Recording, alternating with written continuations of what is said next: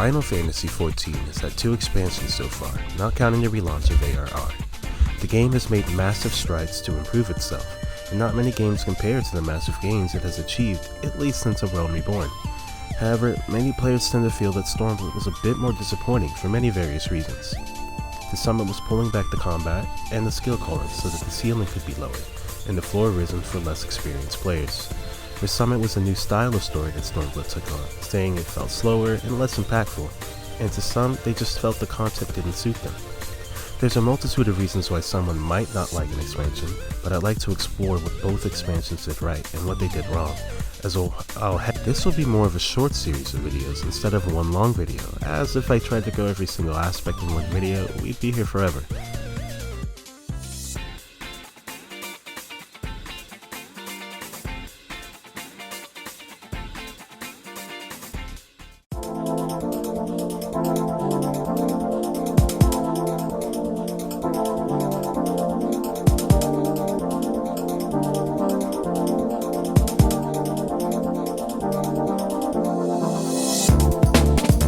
First, let's explore the story of each expansion, as this is probably one of the biggest dividers for most people. Heavensward was an adventure and a fantasy to the core. You were thrust into a whole new adventure filled with dragons and killer robots through some of the most spectacular locales this game has ever seen that still stand up to the test of time. When you start Heavensward, you've lost everything after putting everything on the line. Many of the scions are assumed missing or dead, all the city-states have turned against you, and you can only look to the Ishgard for sanctum. The stakes are high immediately off the bat. Heavensward gets a powerful setup into its launch from ARR, and it really makes the player feel that they've lost everything they've ever cared about. The city-state you seek shelter in has its own major issues as well, as it has been in a 1,000-year-long war with dragonkind due to the events of the past that led to one of Midgardsormr's 7 brood children being brutally murdered by man in order to gain massive power. Nidhogg, one of the 7 dragon children, promised man that he would get his revenge for the murder of his sister, and when an immortal dragon is out for revenge, his fury is not bound by time constraints. He plans to make the Asgardians suffer for the rest of their days until he grows tired of them and murders them all. The adventure you go on to confront this issue is filled with excitement and sadness, friendship and acceptance. You decide to travel into the heart of Dravania with Ysael, Estinian, Alphino, and yourself to meet Hraesvelgr, because it's believed that he is the only dragon that can meet with his brother to stop the war. Along the journey, there are many conflicts that are reached between the characters. The best character dynamic that went on was with Ysael and Estinian. These 2 characters were more established in the 2.x storyline, but if you know anything about them, sticking them into a situation where they constantly have to work together can lead to nothing but trouble. Estinian is the Azure Dragoon of Ishgard and has nothing but pure hatred for the dragon that murdered his family and destroyed everything he knew. He trained his whole life with the motivation that one day he would kill Nidhogg. Meanwhile, Ysael has done nothing but live with dragons all of her life. She is loved by them, and in return she loves them too, and understands the plight at which they hate man so much because she has been given the opportunity to listen. The 2 of their ideologies constantly clash, but they eventually have to conclude that no matter what happens, the fighting between man and dragon needs to end. This is why they turn to Hraesvelgr as the peaceful route, as Estinian means to kill Nidhogg himself if meeting with Hraesvelgr leads to nothing.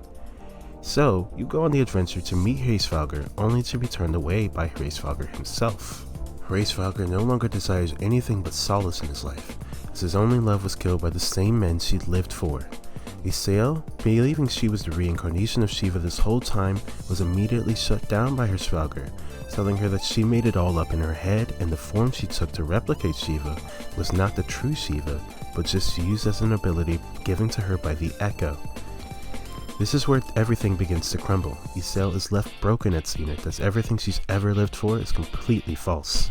Estinian, seeing his time was wasted trying to reason with the dragon, charges towards Aerie, Nidhogg's nest, to confront Nidhogg himself and put an end to things once and for all. For once, the good route has seemed to fail, with only violence being able to quell this progressively hopeless situation. You do defeat Nidhogg, and Estinian deals the final blow to him, staining his dragoon armor in blood and stealing both of Nidhogg's eyes to attain the true power of the Azure Dragoon. You are now left to ask whether you ended the war or if you've only brought more hell upon Ishgard. A lot of Heavensward truly made you challenge your thinking, as technically there weren't many clear-cut villains, but more so different viewpoints in which all the characters tried to achieve their goals. Every antagonist is fighting for something they truly believe in because someone did them horribly wrong, and you can only ask yourself if anyone is ever truly right. Heavensward teaches you that life is not as simple as apple and oranges. What really matters is whose side you're on, and how that drastically can change your viewpoint. Even in the likes of Thornton, who only wanted to force everlasting peace by becoming a primal himself, and Regula Van Hydrus, whose goal was to use the facilities at Aziz Law to aid the Empire in ending the primal threat entirely. They were antagonists, but not necessarily evil characters. How you can handle these ideologies is very important, but you as the Warrior of Light knows that there's truly only one way to end all of this for the better.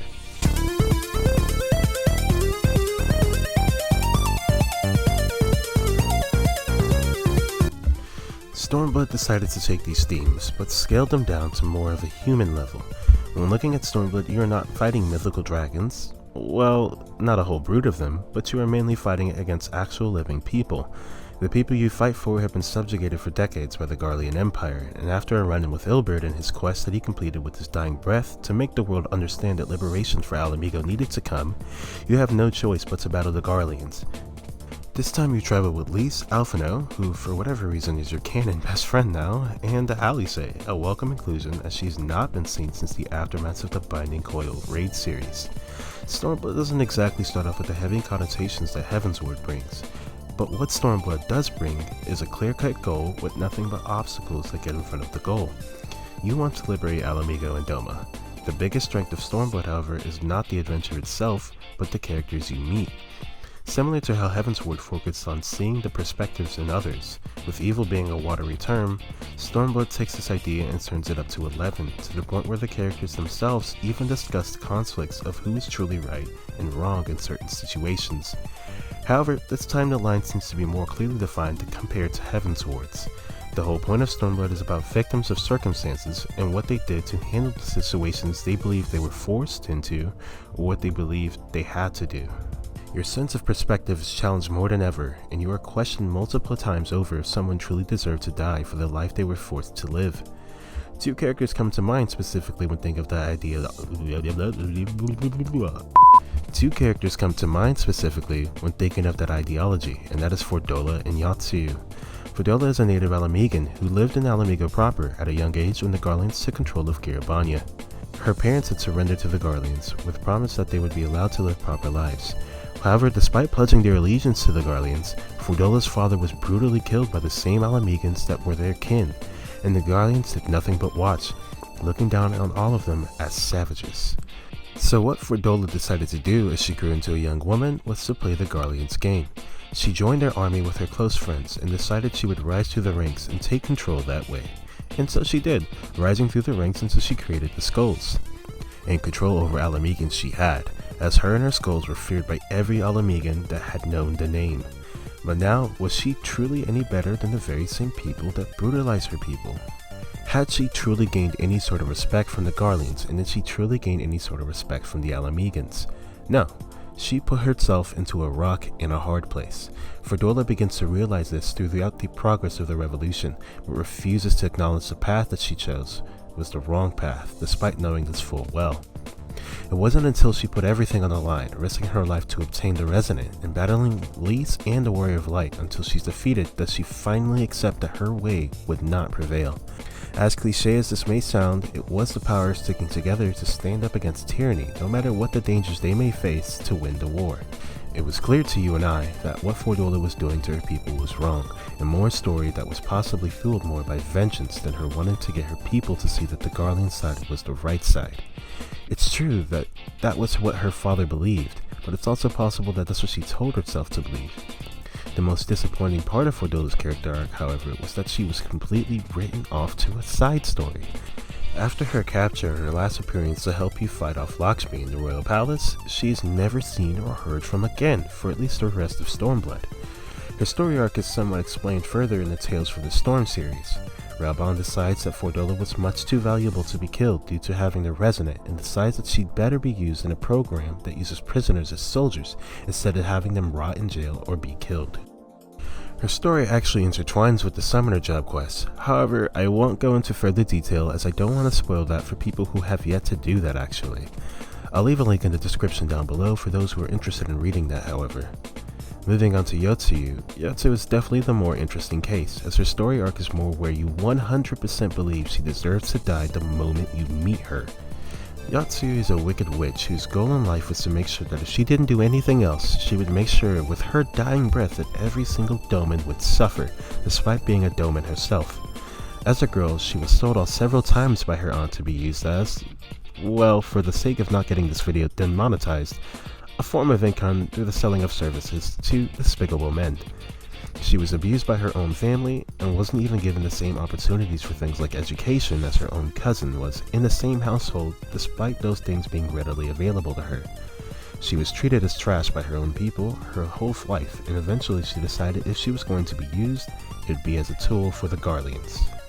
Her work as a spy was noticed by Zenose Galvis, who admired her for her hatred for her people, and appointed her as Viceroy of Doma.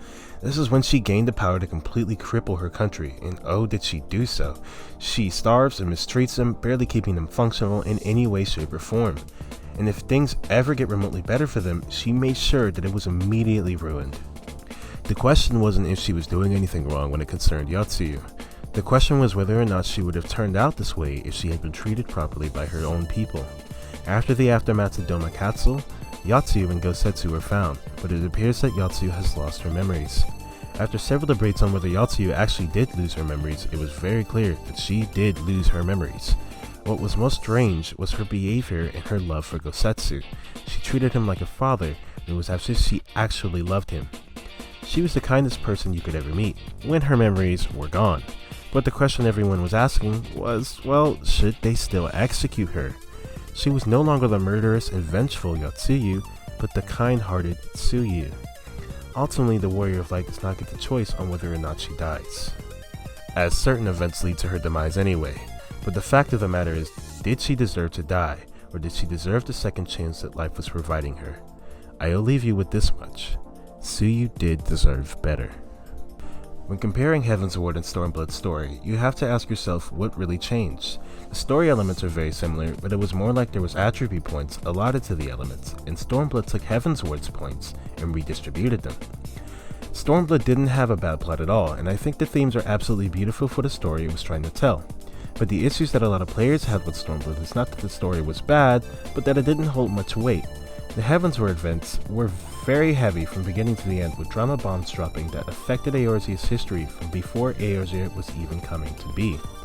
From before even the Alligans were even coming into the scene even. There was so much weight to everything you did in Heavensward, and the plot showed it. Stormblood is more down to earth, which is important for what they were trying to do. It was intended to play out that way, and therefore the things you did were important, but they didn't shake the entire realm itself. Xenos was a freak when it came to battles, but Nidhogg was in fact an entire force of nature that could not be quelled. You could even say that Stormblood is still riding on some of the waves left by Heavensward, as there are several references that still depend on the nostalgia feeling you get from the events of Heavensward. And Stinian, I'm looking at you, bud. Stormblood's story was also just in general a lot slower paced. It focused on the more cliffhanger feel that most dramatic episodic shows try to leave you with, but I feel it ended up making things a bit more drawn out than it really needed to be. Also, some of the politics stuff was just really boring, honestly. Heavensward rarely slowed down for its politics and focused on the more exciting parts that I feel most fans really come to play a Final Fantasy game for. I will reiterate that SB's story wasn't bad, but I think it was flawed for the audience majority it was trying to reach.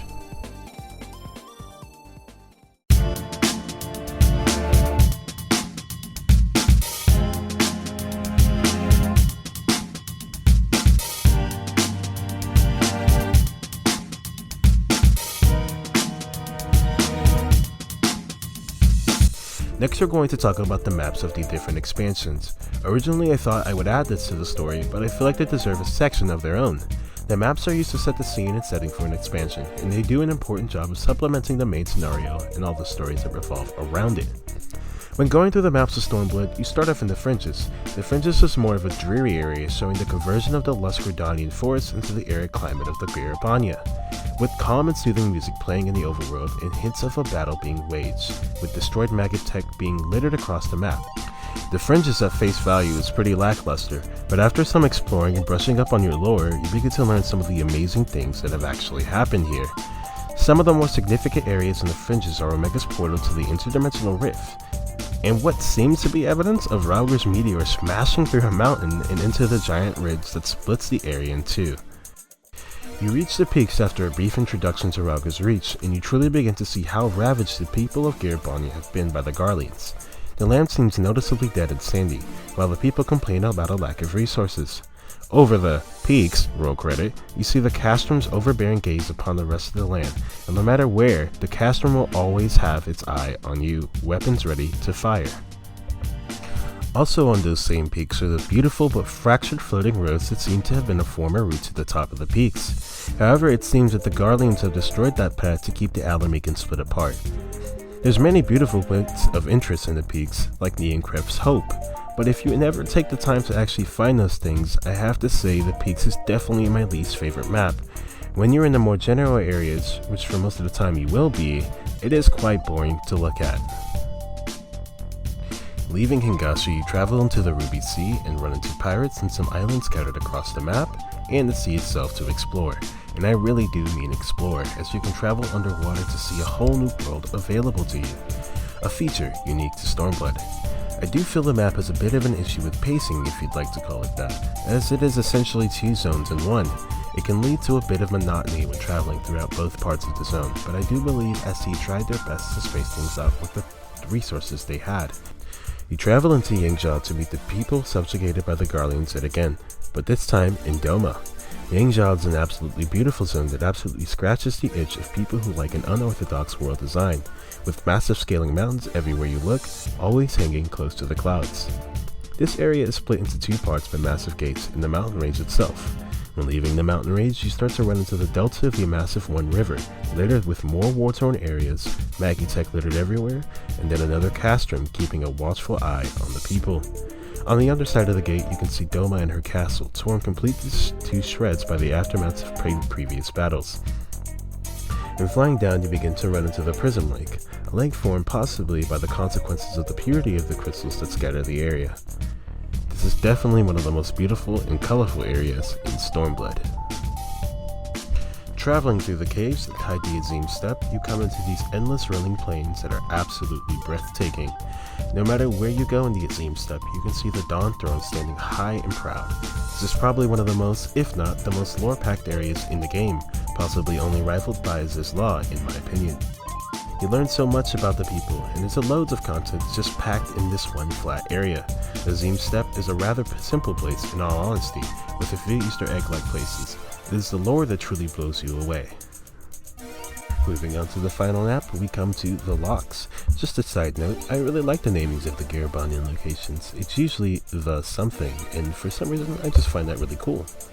The Locks is beautiful, but also at first glance it's seemingly empty, with nothing but the Loxeld and the Queen's Gardens are immediately visible to you. But traveling through, you start to see the massive amounts of hidden depths that the Loch has, with the underwater hidden ancient civilizations, the beautiful caves, and the beautiful Garabanian architecture, and so much more. The Locks gives off an air of deadness, but holds so much more beauty the more you travel through it. It is essentially a diamond in the rough. The Stormblood areas do a beautiful job telling the story of the people who had a beautiful past. It shows you how it was all taken away by war and ruined by the subjugation of the Garleans. Not much of the Stormblood areas are too outlandish, and they aren't vibrantly colored, and they fit the same theme of the expansion. Many people don't particularly like the Stormblood areas. I've never heard anyone call them awful, except for maybe the peaks. I assume this is because while the areas are beautiful for the story they're telling, with the few spectacular set pieces scattered across the map, none of the maps really push the boundaries of something you would never imagine for the majority of their design. Several of the Garabanian areas are incredibly drab, being basically one color throughout the whole map. If you don't care for exploring, you'll find that you won't exactly run into the more beautiful areas that the map has to offer, especially the peaks, where most of the beautiful set pieces are rarely explored ever. That's not necessarily bad, but that definitely might be the cause of most of the negative stigma. The Lothard maps tell for somewhat a similar fate, but to a lesser degree. I think Yangzhou does an excellent job of having its most beautiful areas always front and center, but still giving explorers something incredible to always find. I'm sure most of you didn't even know Yangzhou had an underwater section to explore. The Ruby Sea suffered to a great degree of this, most likely due to its split map design and its even greater emphasis on exploration to find the interesting points. The underwater mechanic was interesting initially, but when you realize how much splitting the map into two massive sections takes away from most of these sections, you begin to feel like most of the map is very empty.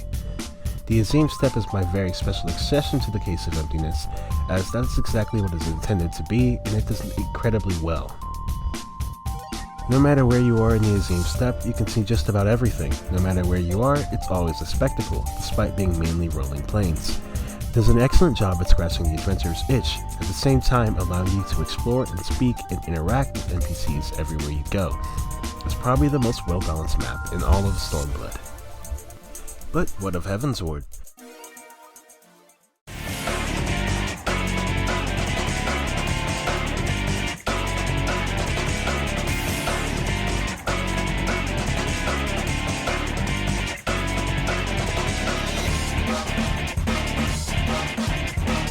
Does Heavensward actually handle map design much better? Well, that depends on a number of factors on a map-to-map basis. I believe some maps do an excellent job at some aspects and completely fail at other aspects entirely. Depending on how you start your journey, you can begin in the Sea of Clouds or Kurthus Western Highlands. Starting with the Sea of Clouds, it immediately hits you with all of its initial beauty, checking the box for making a spectacle as soon as you enter the map. But the biggest issue with the Sea of Clouds is how empty it is as you travel through it. All of it is rather samey, and honestly quite empty. There are a few slight Easter eggs here and there, like Neverreap being visible from the map, but several maps have dungeons visible from their map too. The biggest Easter egg is probably just the Void Act that appears at the edge of the map every now and then, but there's not much else to it. Just some cool looking islands, the Vanu Vanu, and the occasional cool looking lake. Kurthus Western Highland does an excellent job of hitting you with the breathtaking vibe as soon as you enter the map, with probably the most broken ice map Kurthus has ever offered. Everywhere is breathtaking, and it does a better job than the Sea of Clouds of packing the area with points of interest. I think the story takes you to some of the really good spots already, and everywhere is packed with lore and proof of the ongoing Dragon Song War. You also see much evidence of the aftermath of the calamity ripping the earth into corrupted crystal or into massive gorges. There's plenty of Easter eggs to explore here. The map, despite seeming like an empty ice wasteland, has so much to offer as you simply just travel through it. Moving on to the Dravanian Forelands, you start to enter the cross between where Man and Dragon begin to split off. Within the Chocobo Forest, you meet the hunters who capture and sell these chocobos for money, among other things. You learn that they live within the forest to hide from high-flying dragons, and that's how they work without being constantly blasted. Traveling outside of the forest, you start to enter more wide-open areas with Annis Shrine within your view. You absolutely couldn't miss this, as it's one of the tallest structures in the game. Through this ancient Dravanian structure, you'll meet many dragonkind, and this is where you meet Vidofnir for the first time. Through the structures, you'll start to either ascend the climb up the massive mountain, Somal, or you go into the caves. Otherwise, there's not much to the Forelands, with just more ancient structures littered about. This area is more for introductory purposes, I believe, to the dragonkind, although I think this is one of the more emptier areas in Heavensward maps. It's somewhat nice and colorful, but like the Sea of Clouds, it's still rather empty. Even the Lost Athnath, a beast tribe area, is beautiful from a distance, but quite boring when you're actually in the area. The Turning Mist is the next area on the list, and this is honestly a perfect example of what the Sea of Clouds 100% should have been. This area is absolutely breathtaking, with points of interest slapped all over the map everywhere you look. The terrain is twisted and unforgiving. The architecture of the building leaves a lot to ponder on, but at the same time it absolutely steals your breath away. From just about any point on the map, you can see the area, Nidhogg's twisted and vicious nest from where you confront him in the dungeon. Another example of being able to see a whole dungeon from the overworld. Another striking structure in the Turning Mist is the entirety of Zenith. The structure is absolutely massive, with not much rivaling its size and beauty within the entirety of the game, and it is the fortress guarded by Hraesvalgr and his trusty mobile subjects. There are so many points of interest on this map, and it's hard to go through all of them, but throughout this map there's only one thing you truly need to understand, and it is important to Heavensward entirely. This is a land where man and dragon once lived together in harmony. The story told by this place is quite tragic and a tear-jerking one, seeing as the structures once built into man and dragon side by side have all fallen to ruin. This is most definitely one of the most beautiful maps in the game design-wise and story-wise. Heading over to the west of the Dravanian Forelands, we reach the Dravanian Hinterlands. Gets a 10 out of 10 in map design and a 0 out of 10 for its lack of dragon presence, although it has a strong presence of the Sarlanes, which is always incredibly interesting to explore upon. However, the Sarlanes abandoned the Hinterlands 15 years ago, and the structures have fallen to ruin, or have been taken over by the Goblin Illuminati. Yes, the Goblin Illuminati. They may sound lame or silly at first, but they definitely have a friendly iron giant on their side, waiting to give you a run for your money. The Hinterlands is home to the Alexander Raid series, and smack dab in the center you have Alexander Colossus himself, an absolutely wicked point of interest to have, as I don't think any map just casually has a primal suspended in time sitting right in the center of it. The Hinterlands are also home to Idleshire, the Rauger's Reach equivalent for Heavensward. This whole area was arguably much better than Rauger's Reach in my opinion, as not only was it just really cool and well designed, but like Mordona and the Doman Enclave, it actually expanded over time to look as pretty as it does now. Also housed by the Hinterlands is the Secret Cave of Matoya, one of the most important characters of FF14, but I won't be saying much about her. The Hinterlands has definitely always given me a more wacky feel compared to the other maps, as it always has this cheery, explorable vibe to it, with the unusualness surrounding Matoya's cave, and the fact that it's run by goblins. It's detailed, lore heavy, and just a fun map that suits the story. Finally, at the edge of Abelathia's spine, we have Aziz Law. This is quite frankly in my opinion the best map in the game, hands down. This map is massive, but that doesn't mean that SE didn't take the time to fill the map absolutely to the brim. Everywhere you look is beautiful and detailed and absolutely packed with lore. I feel like I could make a video alone on how much I could talk about the specifics of this map. What Aziz Law is a massive love story to anyone wanting to learn about the Alligans and many of their experiments and the scale of their conquests. A lot of lore intertwines with this place. This is also the first place in which you learn how to fly, which is an extremely satisfying experience to have for the first time in 14. I can only name so many points of interest, but the flagship is definitely the main centerpiece, as this whole ship is just gigantic, with SE strongly capitalizing on the newfound verticality that they have provided. This masterpiece is just mind-boggling to look at from the top to the bottom, with the crown of the ship holding the statuses of the menacing but quelled threat of the Warring Triad. This is the first map that truly allows you to explore Allagan technology to its fullest, and what the Allagans did with their technology. The entire area is basically a museum of their works, with 2 dungeons packed inside to show you even more of what it has to offer. Comparing the 2 expansions maps, I believe Heavensward has more of a consistency issue. Some of the maps are completely unmatched anywhere else in the game and go balls to the walls with design choices, while some tend to be rather empty, being more pretty from a distance.